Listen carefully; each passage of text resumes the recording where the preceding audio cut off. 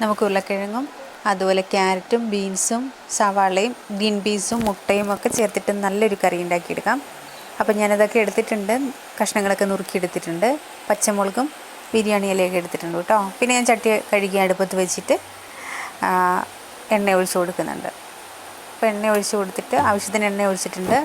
അതിന് ശേഷം നമുക്കതിലേക്ക് കടുക് ചേർത്ത് കൊടുക്കാം. കടുക് ഒന്ന് പൊട്ടി വന്നു കഴിഞ്ഞിട്ട് നമുക്കതിലേക്ക് സവാളയും ചേർത്ത് കൊടുത്തിട്ട് വഴറ്റിയെടുക്കാം കേട്ടോ.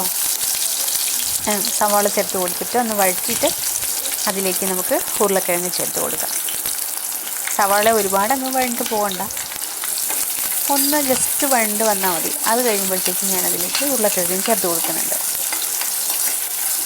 നമുക്കിനി ഉരുളക്കിഴങ്ങ് ചേർത്ത് കൊടുക്കാം. ഉരുളക്കിഴങ്ങ് ചേർത്ത് കൊടുത്തിട്ട് ഇതുപോലെ തന്നെ ഒന്ന് ചെറുതായിട്ടൊന്ന് വഴറ്റിയെടുക്കാം കേട്ടോ.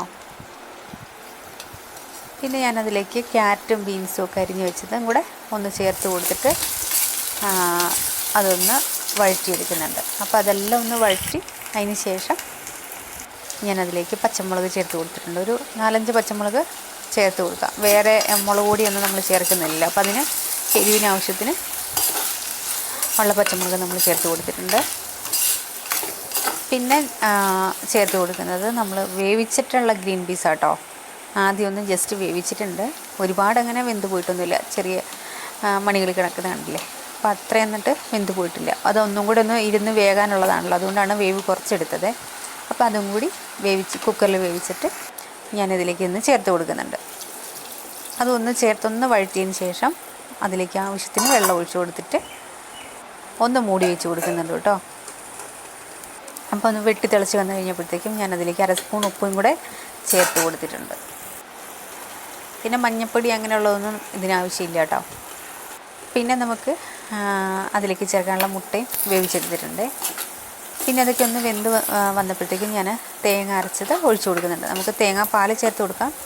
ഞാൻ തേങ്ങയാണ് അരച്ച് ചേർത്തത് കേട്ടോ. അപ്പോൾ തേങ്ങ അരച്ചതും കൂടെ ചേർത്ത് കൊടുത്തിട്ടുണ്ട്.